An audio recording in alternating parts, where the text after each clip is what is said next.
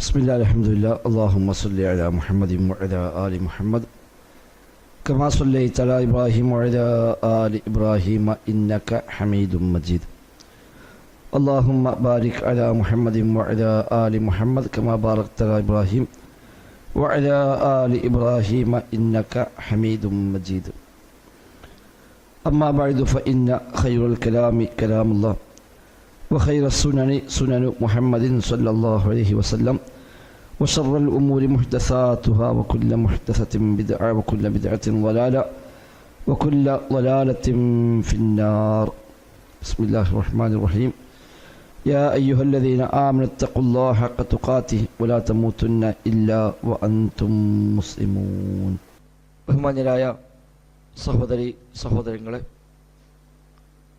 റഹ്മാനായ റബ്ബ് സുബ്ഹാനഹു വ തആലയുടെ നിയമ നിർദ്ദേശങ്ങൾ കഴിവിൻ്റെ പരമാവധി ജീവിതത്തിൽ പാലിക്കാൻ ശ്രമിച്ചുകൊണ്ട് മുത്തഖീങ്ങളായി ജീവിക്കണേ എന്ന് പ്രത്യേകമായി ഓർമ്മപ്പെടുത്തുകയാണ്.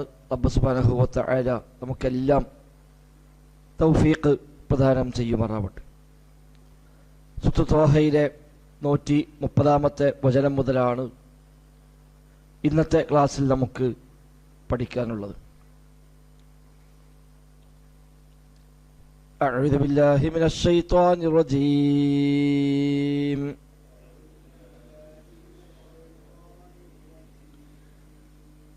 بسم الله الرحمن الرحيم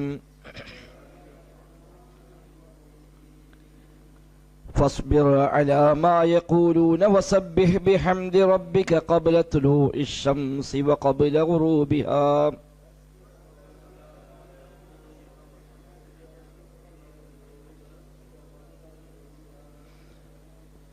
ومن آناء الليل فسبح وأطراف النهار لعلك ترضى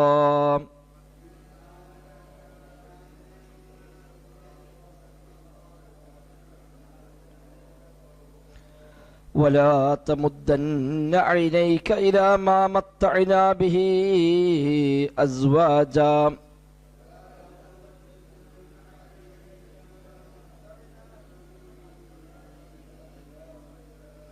إلى ما متعنا به أزواجا منهم زهرة الحياة الدنيا لنفتنهم فيه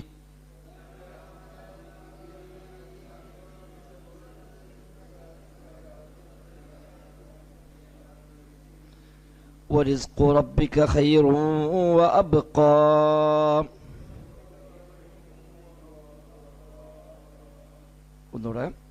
بسم الله الرحمن الرحيم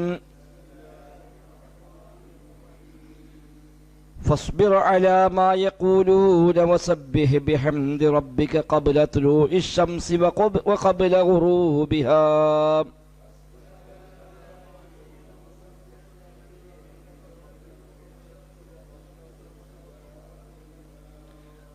ومن آناء الليل فسبح وأطراف النهار لعلك ترضى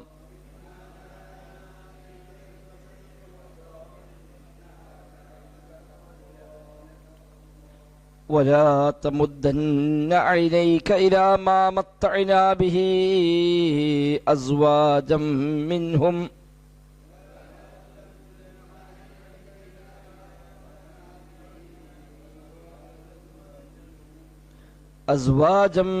منهم زهرة الحياة الدنيا لنفتنهم فيه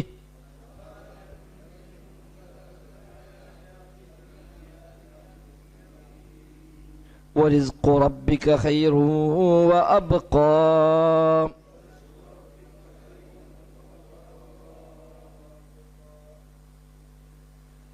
കഴിഞ്ഞ ആയത്തുകളിൽ മക്കയിലെ വിശ്വാസികളുമായി ബന്ധപ്പെട്ട് അല്ലാഹു തആല ചില സൂചനകളാണ് നൽകിയത്.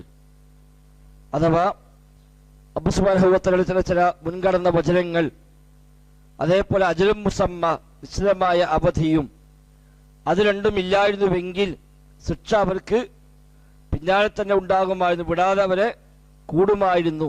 പക്ഷെ അല്ലാഹു തആല ഓരോന്നിനും ഓരോ അവധി നിശ്ചയിച്ചിട്ടുണ്ട്. അതുകൊണ്ട് ആ അവധി വരുമ്പോഴാണ് റബ്ബ് നിശ്ചയിച്ച തീരുമാനം എന്താണോ ആ തീരുമാനം അവരുടെ കാര്യത്തിൽ ഉണ്ടാവുക. അതുകൊണ്ട് നബിയോട് അല്ലാഹ് പറയണം, അതിനാൽ ഫസ്ബിർ അലാ മാ യഖൂലൂൻ, ഫസ്ബിർ നബിയെ താങ്കൾ ക്ഷമിക്കുക, അലാ മാ യഖൂലൂന, അവര് പറയുന്ന കാര്യങ്ങളുടെ പേരിൽ നബിയെ താങ്കൾ അങ്ങ് ക്ഷമിച്ചുകൊള്ളുക. അപ്പൊ അവർക്ക് ഇങ്ങനെയൊക്കെ അവർ നബിയെ പറ്റി ഇങ്ങനെ പിന്നെ കദ്ദാബാണ്, സാഹിറാണ്, ഷായിറാണ്, കാഹിരാണ് എന്നൊക്കെ ആക്ഷേപിക്കുന്നു.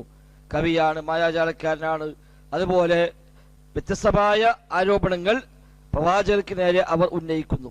അപ്പൊ ഇങ്ങനെയൊക്കെ അവർ ആരോപിച്ചിട്ടും എന്താണ് അവർക്ക് അള്ളാഹുവിന്റെ ഭാഗത്ത് നിന്ന് പ്രത്യേകിച്ചൊന്നും വരാത്തത്, എന്താ റബ്ബിനെ ശിക്ഷിക്കാത്തത് എന്നൊന്നും നബിയെ തങ്ങൾ ചിന്തിക്കേണ്ടതില്ല. ഓരോന്നിനും അള്ളാഹു നിശ്ചയിച്ച ഓരോ സന്ദർഭം സമയമൊക്കെ ഉണ്ട്. ആ സമയമാകുമ്പോൾ അവർക്ക് ലഭിക്കാനുള്ളത് ലഭിച്ചുകൊള്ളും. അതുകൊണ്ട് അവരാ പറയുന്നത് നബിയെ നിങ്ങൾ ക്ഷമിക്കുക, ഫസ്ബിർ നബിയെ താങ്കൾ ക്ഷമിക്കുക, അലാ മാ യഖൂലൂന അവര് പറയുന്നതിന്റെ മേൽ നിങ്ങൾ ക്ഷമിക്കുക. വസബ്ബിഹ് ബിഹംദി റബ്ബിക, വസബ്ബിഹ് നബിയെ താങ്കൾ തസ്ബീഹ് ചെയ്യുക, പ്രകീർത്തിക്കുക, ബിഹംദി റബ്ബിക താങ്കൾ റബ്ബിനെ സ്തുതിക്കുന്നതോടൊപ്പം തസ്ബീഹ് നിങ്ങൾ ചെയ്യുക. അപ്പൊ നിങ്ങൾ അല്ലാഹുവിലേക്ക് അടുക്കുക. അവര് പല ആളുകൾ പറഞ്ഞോട്ടെ, അവരങ്ങനെ ആക്ഷേപങ്ങളും പ്രയാസപ്പെടുത്തലും കളവാക്കലും എല്ലാമായി അവരങ്ങനെ പോകട്ടെ.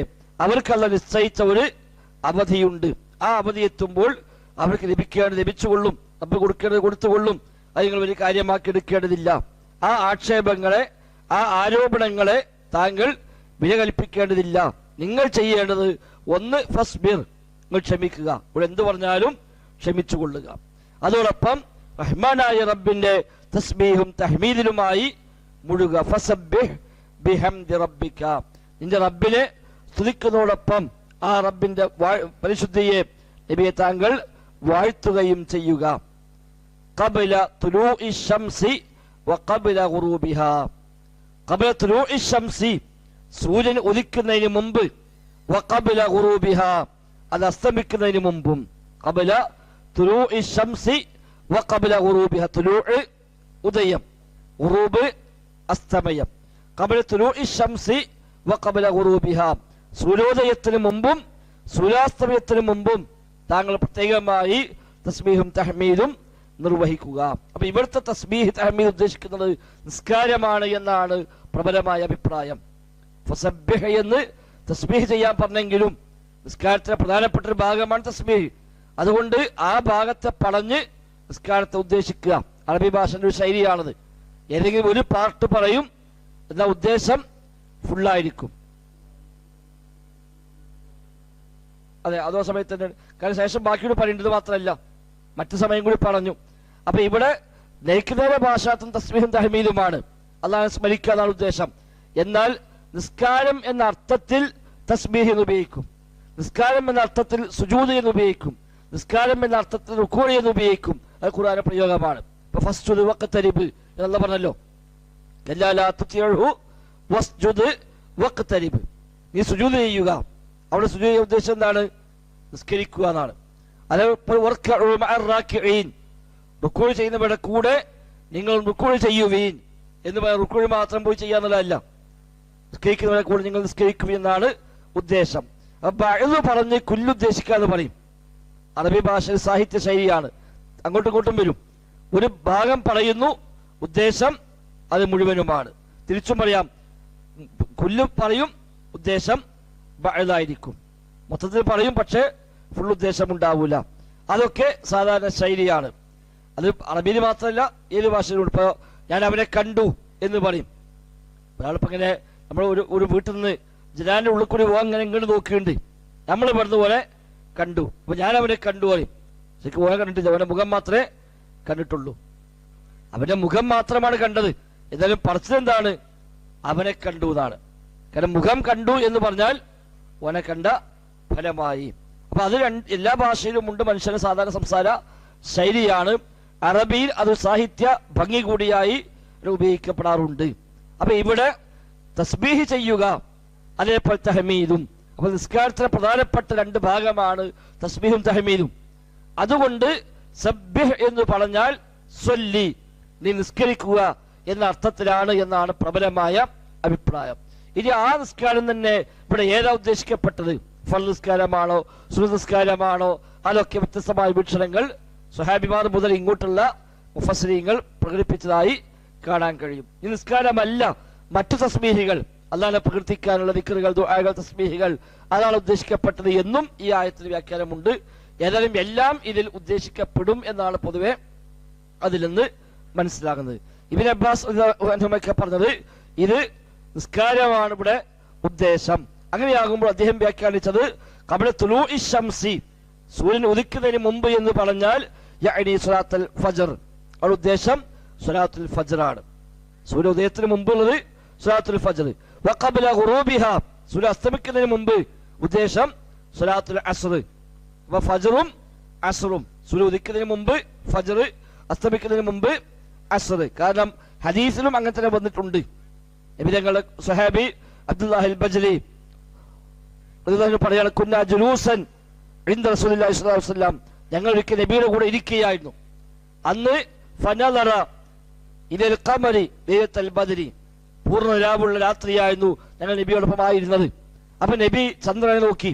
ഇത് നബി ഞങ്ങൾ പറഞ്ഞു, ഈ ചന്ദ്രനെ കാണുന്നത് പോലെ നിങ്ങൾ നിങ്ങളുടെ റബ്ബിനെ കാണുക തന്നെ ചെയ്യും, കാഴ്ചക്ക് യാതൊരു മങ്ങലുമില്ലാതെ, യാതൊരു മറയുമില്ലാതെ, ഒരു മങ്ങലുമില്ലാതെ നിങ്ങൾ റബ്ബിനെ കാണുക തന്നെ ചെയ്യും എന്ന് പറഞ്ഞ ശേഷം നബി ഞങ്ങൾ പറഞ്ഞു, ഫൈനിസ്തതഅ്തും അല്ലാ തുഗ്ലബു അലാ സ്വലാത്തിൻ ഖബ്ല തുലൂഇ ശംസി വഖബ്ല ഗുറൂബിഹാ ഫഫ്അലൂ. അതിനാൽ സൂര്യൻ ഉദിക്കുന്നതിന് മുമ്പുള്ള നിസ്കാരവും സൂര്യൻ അസ്തമിക്കുന്നതിന് മുമ്പുള്ള നിസ്കാരവും, ആ രണ്ട് നിസ്കാരം നിങ്ങൾക്ക് നഷ്ടപ്പെട്ടു പോകാതിരിക്കാൻ കഴിയുമെങ്കിൽ അവരങ്ങനെ ചെയ്യട്ടെ എന്ന് നബി ഞങ്ങൾ പറയുകയും സുമ്മ ഖറഅ ഹാദിഹിൽ ആയ, പിന്നീട് നബി ഞങ്ങൾ ഈ ആയത്ത് അത് തെളിവായി ഓതുകയും ചെയ്തു. അപ്പൊ ഇവിടെ നബി രണ്ട് നിസ്കാരം തന്നെ പറഞ്ഞത്, സൂര്യോദയത്തിന് മുമ്പുള്ള നിസ്കാരവും സൂര്യാസ്തമയത്തിന് മുമ്പുള്ള നിസ്കാരവും പ്രത്യേകം ശ്രദ്ധിക്കണേ എന്ന് പറഞ്ഞിട്ട് ഈ ആയത്ത് ഓതി, ഫസബ്ബിഹ് ബിഹംദി റബ്ബിക ഖബ്ല തുലൂഇ ശംസി വഖബ്ലൽ ഗുറൂബ് എന്ന് വഖബ്ല ഗുറൂബിഹാ എന്ന ആയത്ത് നബി ഞങ്ങൾ അവിടെ ഓതുകയും ചെയ്തു. അപ്പൊ ഈ ആയത്ത് ആ നിസ്കാരത്തിന് തെളിവായി നബി ഞങ്ങൾ തന്നെ ഇവിടെ എടുത്തു ഉദ്ധരിക്കുന്നു. അപ്പൊ അത് വ്യക്തമായി നിസ്കാരം അവിടെ ഏതായാലും ഉദ്ദേശമുണ്ട്. അല്ലാത്ത ദിക്റും തസ്ബീഹും ഉദ്ദേശമുണ്ടെങ്കിൽ പോലും നിസ്കാരം അത് ഏതായാലും ഉദ്ദേശിക്കപ്പെടുന്നു. മറ്റൊരു ഹദീസിൽ കാണാം, നരകത്തിൽ പ്രവേശിക്കുകയില്ല അഹദുൻ, ഒരാളും, സ്വല്ലാ ഖബ്ല തുലൂഇ ശംസി വഖബ്ല ഗുറൂബിഹാ, സൂര്യോദയത്തിന് മുമ്പും സൂര്യാസ്തമയത്തിന് മുമ്പുമുള്ള നിസ്കാരം നിസ്കരിച്ച ഒരാളും നരകത്തിൽ പ്രവേശിക്കുകയില്ല. ഇമാം മുസ്ലിം ഉദ്ധരിക്കുന്ന ഹദീസ്, ഇമാം മുസ്ലിം, ഇമാം അഹ്മദും ഒക്കെ അത് ഉദ്ധരിച്ചിട്ടുണ്ട്. അതേപോലെ സമാനമായ പല ഹദീസും ഇത്തരം സൂചനകൾ വന്നതായി കാണാൻ കഴിയുന്നുണ്ട്. അപ്പൊ ഇങ്ങനെ രണ്ട് നിസ്കാരം ഈ ആയത്തിൽ പറഞ്ഞു, ഖബ്ല തുലൂഇ ശംസി വഖബ്ല ഗുറൂബിഹാ വമിൻ ആനാഇൽ ലൈലി ഫസബ്ബിഹ് വഅത്റാഫൻ നഹാർ. വമിൻ ആനാഇൽ ലൈലി, രാത്രിയുടെ സമയങ്ങളിലും നീ റബ്ബിനെ പ്രകീർത്തിക്കുക, ഫസബ്ബിഹ് വഅത്റാഫൻ നഹാർ, പകലിന്റെ അറ്റങ്ങളിലും രാത്രിയുടെ സന്ദർഭങ്ങളിലും, വഅത്റാഫൻ നഹാർ, പകലിന്റെ അറ്റങ്ങളിലും നീ റബ്ബിനെ പ്രകീർത്തിക്കുകയും ചെയ്യുക. അപ്പൊ രാത്രി സമയങ്ങളിൽ വമിൻ ആനാഇൽ ലൈലി, രാത്രി സമയങ്ങളിൽ പ്രകീർത്തിക്കുക എന്ന് പറഞ്ഞാൽ അത് ഏതാണ്? അപ്പൊ ചിലർ പറഞ്ഞത് ഇശ ആണ്. ആനാഇൽ ലൈൽ എന്ന് പറഞ്ഞാൽ രാത്രിയിൽ ഫർളായ നിസ്കാരമുള്ളത് ഇശ ആണ്. അതേപോലെ വഅത്റാഫൻ നഹാർ, പകലിന്റെ രണ്ടറ്റങ്ങൾ എന്ന് പറഞ്ഞതിൽ ളുഹറും അതേപോലെ മഗ്രിബും, പകലിന്റെ രണ്ടറ്റങ്ങൾ. ആദ്യ പാർട്ടാണ് സുബഹി മുതൽ ളുഹർ വരെയുള്ള സമയം, സെക്കൻഡ് പാർട്ടാണ് ളുഹർ മുതൽ സൂര്യാസ്തമയം വരെയുള്ള സമയം. അപ്പൊ അത്റാഫ്, തൊർഫുകൾ, തൊർഫന അറ്റം എന്നാണ് അത്റാഫ്, തൊർഫുകൾ. അപ്പൊ ഒന്നാമത്തെ പാർട്ട് അവസാനിക്കുകയും രണ്ടാമത്തെ പാർട്ട് ആരംഭിക്കുകയും ചെയ്യുന്ന രണ്ട് തൊർഫുകൾ സംഗമിക്കുന്ന സമയമാണ് ളുഹർ. സുബഹി മുതൽ ആരംഭിച്ച പകലിന്റെ ആദ്യ ഭാഗം അത് ഉച്ചയോടെ അവസാനിക്കുന്നു, അവിടെ അങ്ങോട്ട് രണ്ടാമത്തെ ഭാഗം ആരംഭിക്കുന്നു. അപ്പൊ അവിടെ രണ്ട് തൊർഫോട് സംഗമിക്കുന്നുണ്ട്. അതേപോലെ മൂന്നാമത് രണ്ടാമത്തെ പാട്ട് അവസാനിക്കുന്നതാണ് മഗ്രിബിന്റെ സമയം, അതാണ് അത്റാഫ്, അത്റാഫ് അന്നഹാർ, പകലിന്റെ അറ്റങ്ങൾ, അഗ്രങ്ങൾ എന്ന് ജംആക്കി പറഞ്ഞു. രണ്ട് നിസ്കാരമാണെങ്കിലും അവിടെ ജംആയിട്ടാണ് പ്രയോഗിച്ചു. ഒന്നുകിൽ അങ്ങനെ, അല്ലെങ്കിൽ എല്ലാ ദിവസവും ഈ ത്വറഫ് മാറി മാറി വരുന്നത് കൊണ്ടായിരിക്കാം അത്തുറാഫ് എന്ന് ഉപയോഗിച്ചത്. അത് പറയാം. ആകെ രണ്ടെണ്ണമാണെങ്കിലും ജം ആക്കി പറയാം. അതുമല്ലെങ്കിൽ അഖദുൽ ജംഇ ഇസ്നാനി, ജം ആവാൻ മിനിമം വേണ്ടത് രണ്ടെണ്ണമാണ് എന്ന് തത്വപ്രകാരം രണ്ടിനും ജംഇ എന്ന് വേണമെങ്കിൽ അറബി ഭാഷയിൽ ഉപയോഗിക്കുകയും ചെയ്യാം. ഏതായിരുന്നാലും ആ നിലക്കാണ് നിസ്കാരവും. അപ്പൊ ളുഹറും മഗ്രിബും, ആദ്യത്തെ ഭാഗത്ത് സുബ്ഹിയും അതേപോലെ അസ്റും പറഞ്ഞു, അനാഉൽ ലൈൽ എന്ന് പറഞ്ഞ ഇശാ വിട്ടു, അത്റാഫുൻ നഹാർ എന്ന് പറഞ്ഞ ളുഹറും മഗ്രിബുമായി. അപ്പൊ 5 നേരത്തെ നിസ്കാരത്തെ ഈ ആയത്ത് തന്നെ സൂചിപ്പിക്കുന്നു. ഇനി അതോടൊപ്പം സുന്നത്ത് നിസ്കാരങ്ങളും അത് ഉദ്ദേശിക്കപ്പെടാം. ഫർള് മാത്രമല്ല, റവാത്തിബ് നിസ്കാരങ്ങൾ അല്ലാത്ത നിസ്കാരങ്ങളൊക്കെ അതിൽ പെടാം. പ്രത്യേകിച്ചും ഇവിടെ അനാഇൽ ലൈൽ എന്ന് പറഞ്ഞതിൽ തഹജ്ജുദ് അടക്കം അതിൽ പണ്ഡിതന്മാർ ചൂണ്ടിക്കാണിക്കുന്നു. രാത്രിയുടെ സന്ദർഭങ്ങളിൽ എന്ന് പറഞ്ഞതിൽ തഹജ്ജുദ് വരെ ചൂണ്ടിക്കാണിക്കുന്ന പണ്ഡിതന്മാരെയും കാണാൻ കഴിയുന്നുണ്ട്. ഇതല്ലാത്ത രൂപത്തിലും ഇതിന് വ്യാഖ്യാനങ്ങളൊക്കെ നൽകപ്പെട്ടിട്ടുണ്ട്. ഏതായാലും ഇത്തരം നിസ്കാരങ്ങളെ ഇത് അറിയിക്കുന്നു എന്നാണ് ഇതിൽ നിന്നൊക്കെ മനസ്സിലാകുന്നത്.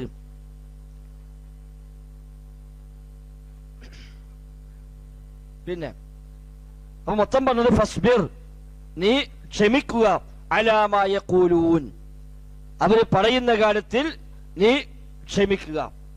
വസബ്ബിഹ്, നീ തസ്ബീഹ് ചെയ്യുക, ബിഹംദി റബ്ബിക, നിന്റെ റബ്ബിനെ സ്തുതിക്കുന്നതോടൊപ്പം. ഖബ്ല തുലൂഇ ശംസി, സൂര്യൻ ഉദിക്കുന്നതിന് മുമ്പ്, വഖബ്ല ഗുറൂബിഹാ, അത് അസ്തമിക്കുന്നതിന് മുമ്പും. വമിൻ ആനാഇൽ ലൈലി, രാത്രിയുടെ സന്ദർഭങ്ങളിലും നീ റബ്ബിനെ പ്രകീർത്തിക്കുക. ഫസബ്ബിഹ്, നീ തസ്ബീഹ് ചെയ്യുക.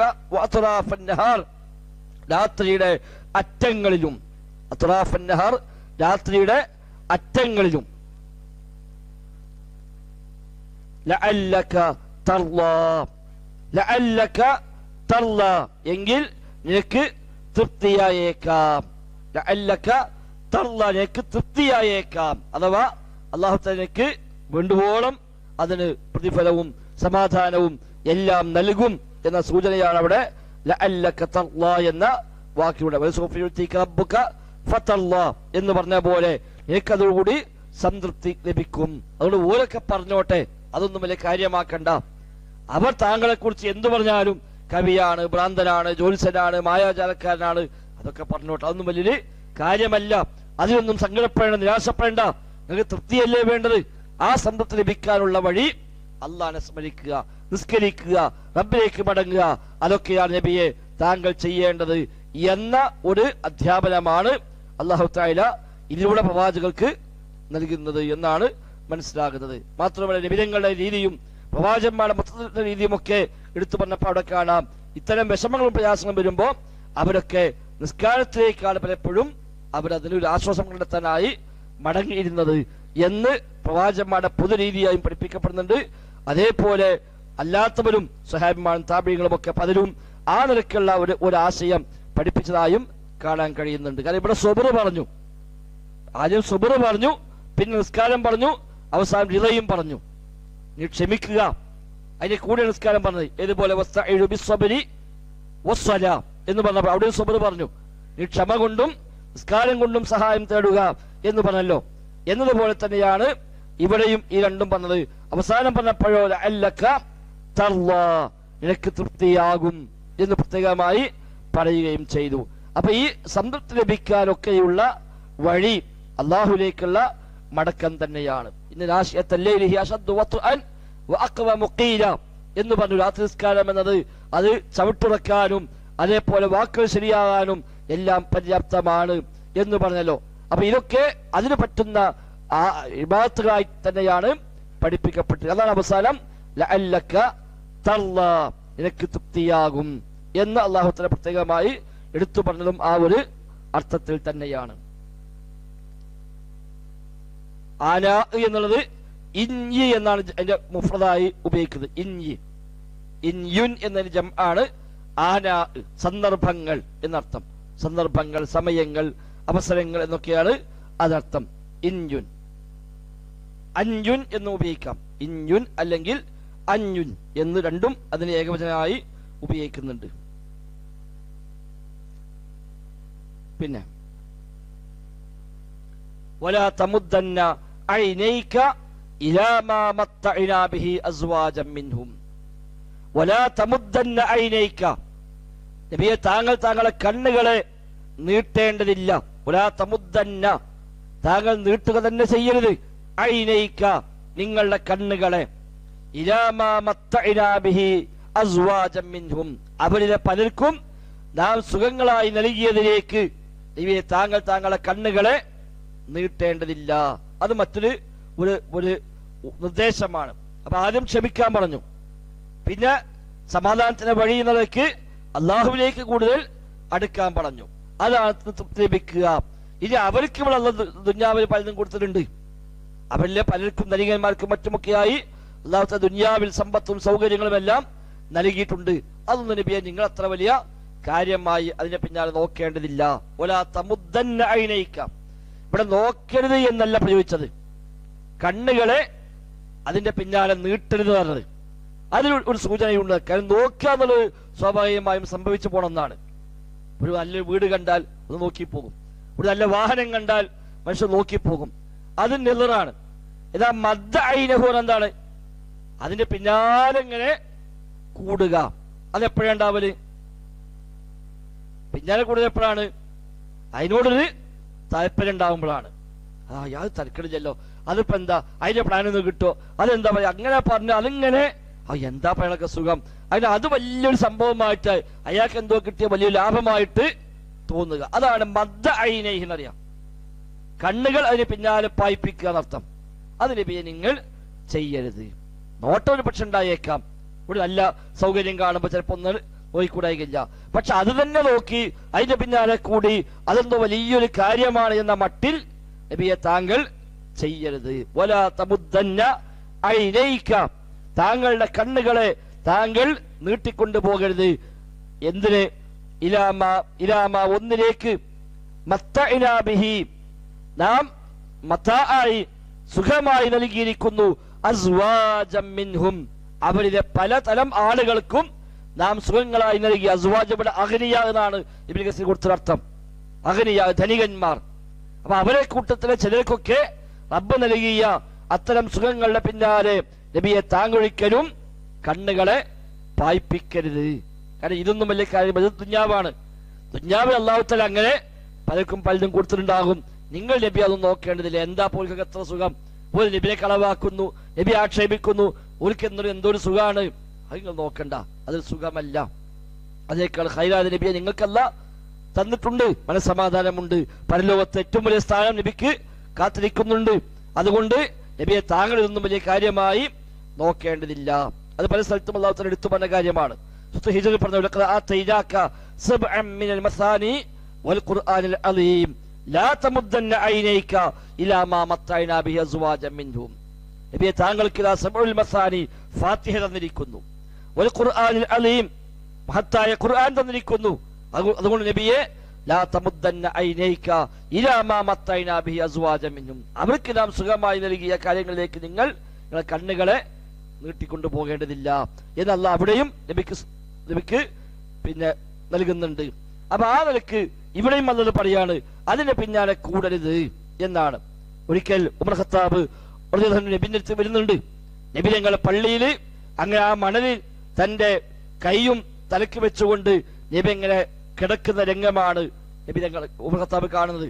ഒരു പഴയ പായുണ്ട്, ആ പായയിൽ ഇങ്ങനെ നബി ഇങ്ങനെ ചെരിഞ്ഞിരുന്നിട്ട് കൈയും തലക്ക് വെച്ച് ശരീരത്തിലാകെ ആ പായയുടെ അടയാളം വന്ന ഒരവസ്ഥയിൽ കിടക്കുന്നത് ഉമർ ഖത്താബ് കണ്ടപ്പോൾ ഉമർ ഖത്താബിന്റെ കണ്ണ് നിറഞ്ഞു. അദ്ദേഹം കരയാണ്. അപ്പൊ നബി ഞങ്ങൾ ചോദിച്ചു, മാ യുബ്കീക്, എന്താണ് ഉമർ നീ കരയുന്നത്? ഉമർ ഖത്താബ് നബിയെ, ഇന്ന കിസ്റ വ ഖൈസർ ഫീമാ ഹുമാ ഫീഹി, കിസ്റയും കൈസറും ഒക്കെ എത്ര വലിയ സുഖത്തിലാണ് അവര് ജീവിക്കുന്നത്. അന്നത്തെ വലിയ വലിയ രാഷ്ട്രങ്ങളാണ്, രാഷ്ട്ര തലവന്മാരവരൊക്കെ, അവരൊക്കെ എത്ര വലിയ സുഖത്തിലാണ് ജീവിക്കുന്നത്. താങ്കളാവട്ടെ അള്ളാഹുവിന്റെ സൃഷ്ടികളിൽ അള്ളാഹ് പ്രത്യേകം തെരഞ്ഞെടുത്തവരാണല്ലോ, എന്നിട്ടും നിങ്ങളെ ഈ ഒരു പ്രയാസം കണ്ടില്ലേ? ഒന്നുമല്ലാത്ത കിസ്റ കൈസർ സുഖലോലുപരായി കഴിയുന്നു. അഷ്റഫുൽ ഖൽഖായ അല്ലാഹുവിന്റെ റസൂൽ സ്വല്ലല്ലാഹു അലൈഹി വസല്ലം തങ്ങൾ ഇതാ ഇവിടെ ഈ ഒരു അവസ്ഥയിൽ കഴിയുന്നു. ഇത് കണ്ടപ്പോൾ ഉമർ ഖത്താബിനത് സഹിക്കാൻ കഴിഞ്ഞില്ല അർത്ഥം. അപ്പൊ അത് കണ്ണു നിറയാണ്. അപ്പൊ നബി ഞങ്ങൾ ചോദിക്കുന്ന ചോദ്യമുണ്ട്, അവ ഫീ ശക്കിൻ അൻത യബ്ന ഖത്താബ്, അല്ല ഇബ്നു ഖത്താബ്, താങ്കൾ ഇനിയും സംശയത്തിലാണോ? നിങ്ങൾക്ക് ഇനിയും ഈ ബോധ്യം ലഭിച്ചിട്ടില്ലേ?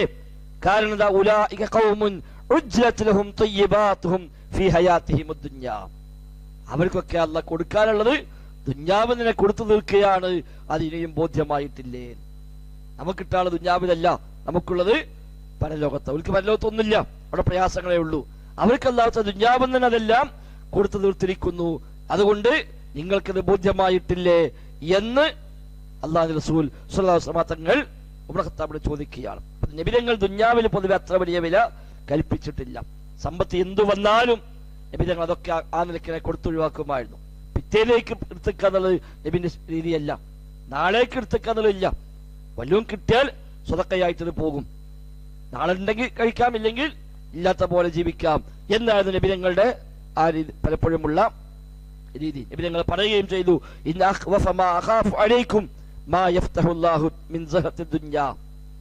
ഞാൻ നിങ്ങൾക്ക് പേടിക്കുന്നത് അല്ലാഹു തആല നിങ്ങൾക്ക് ദുനിയാവിന്റെ സുഖസൗകര്യങ്ങൾ ഒന്നാകെ തുറന്നു തരുമോ എന്ന ഭയമാണ് എനിക്കുള്ളത് എന്ന് നബി തങ്ങൾ ഒരിക്കൽ പറയുകയും ചെയ്തിട്ടുണ്ട്.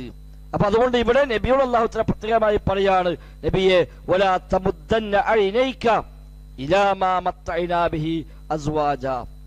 നാം അവർക്ക് സുഖങ്ങളായി നൽകിയ കാര്യങ്ങളിലേക്ക് നബിയെ താങ്കളുടെ കണ്ണുകൾ പോകേണ്ടതില്ല, താങ്കൾ അതിന് പിന്നാലെ കൂടേണ്ടതില്ല, അത് നിങ്ങൾ നോക്കരുത്.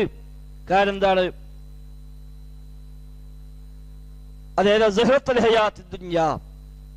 ഐഹിക ജീവിതത്തിലെ സുഖാനന്ദങ്ങൾ, അതിന്റെ ആഡംബരങ്ങൾ, സിഹ്റത്ത്, അലങ്കാരങ്ങൾ, ആഡംബരങ്ങൾ, ഈ ഐഹികമായ ജീവിതത്തിൽ റബ്ബ് നൽകിയ ആ ഒരു സൗകര്യങ്ങൾ, അതിലേക്കൊന്നും നബിയെ താങ്കൾ നോക്കേണ്ടതില്ല, താങ്കൾ അത് ശ്രദ്ധിക്കേണ്ടതില്ല.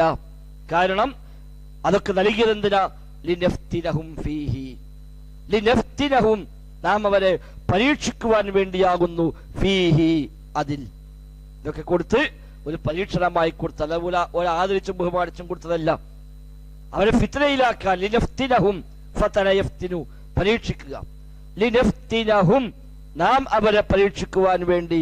ഫീഹി, അതിൽ, ആ നൽകിയതിൽ, അതിനു വേണ്ടിയാണ് നബിയെ ഇതെല്ലാം നൽകിയിരിക്കുന്നത്.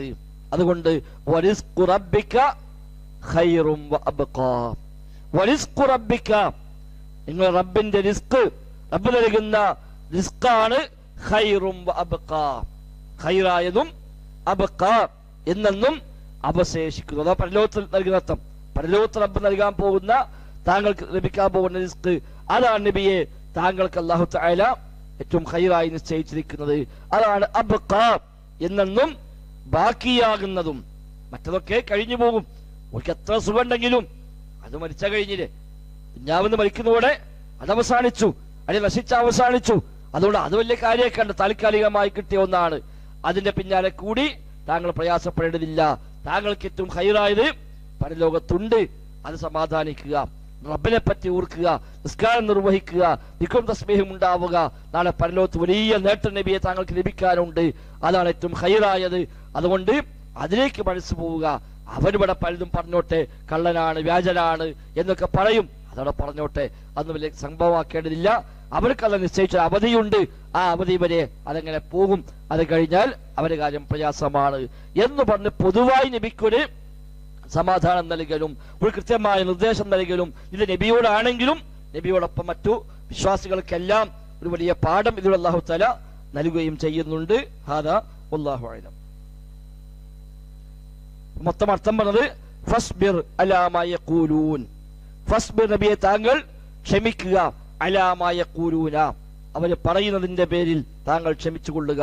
വസബ്ബിഹ് ബിഹംദി റബ്ബിക, റബ്ബിനെ സ്തുതിക്കുന്നതോടൊപ്പം അവനെ പ്രകീർത്തിക്കുക. ഖബ്ല തുലൂഇ ശംസി വഖബ്ല ഗുറൂബിഹാ, സൂര്യോദയത്തിന് മുമ്പും സൂര്യാസ്തമയത്തിന് മുമ്പും. വമിൻ ആനാഇൽ ലൈലി, രാത്രിയുടെ സന്ദർഭങ്ങളിലും. ഫസബ്ബിഹ്, താങ്കൾ തസ്ബീഹ് ചെയ്യുക. വഅത്റാഫൻ നഹാർ, പകലിന്റെ അറ്റങ്ങളിലും. ലഅല്ലക തർളാ, എങ്കിൽ താങ്കൾക്ക് തൃപ്തി ലഭിക്കും. വലാ തമുദ്ദന്ന ഐനൈക, താങ്കളുടെ കണ്ണുകളെ താങ്കൾ നീട്ടരുത്. ഇലാ മാ മത്തഅനാ ബിഹി അസ്വാജൻ മിൻഹും, അവരിലെ പലർക്കും നാം സുഖമായി നൽകിയതിലേക്ക്. അഥവാ സഹറത്തുൽ ഹയാത്തിദ് ദുനിയ, ഐഹിക ജീവിതത്തിലെ പ്രശോഭിതകൾ, അതിലെ സൗകര്യങ്ങൾ, ലിനഫ്തിനഹും ഫീഹി, അതെല്ലാം അവരെ പരീക്ഷിക്കുവാൻ വേണ്ടി. വറിസ്ഖു റബ്ബിക ഖൈറും വഅബ്ഖാ, നിന്റെ റബ്ബ് നൽകുന്ന റിസ്ഖാണ് ഏറ്റവും ഖൈറായതും എന്നെന്നും ബാക്കിയാകുന്നതും. വല്ലാഹു അഅലം. ബിസ്മില്ലാഹിർ റഹ്മാനിർ റഹീം. فاصبر على ما يقولون وسبح بحمد ربك قبل طلوع الشمس وقبل غروبها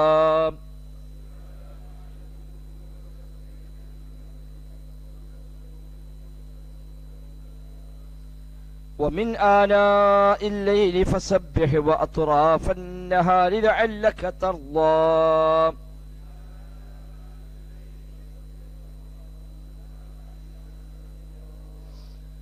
ولا تمدن عينيك إلى ما متعنا به أزواجا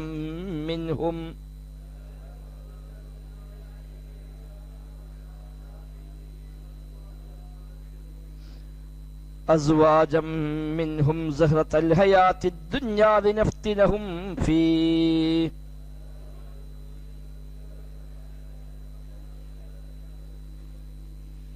ورزق ربك خير وأبقى.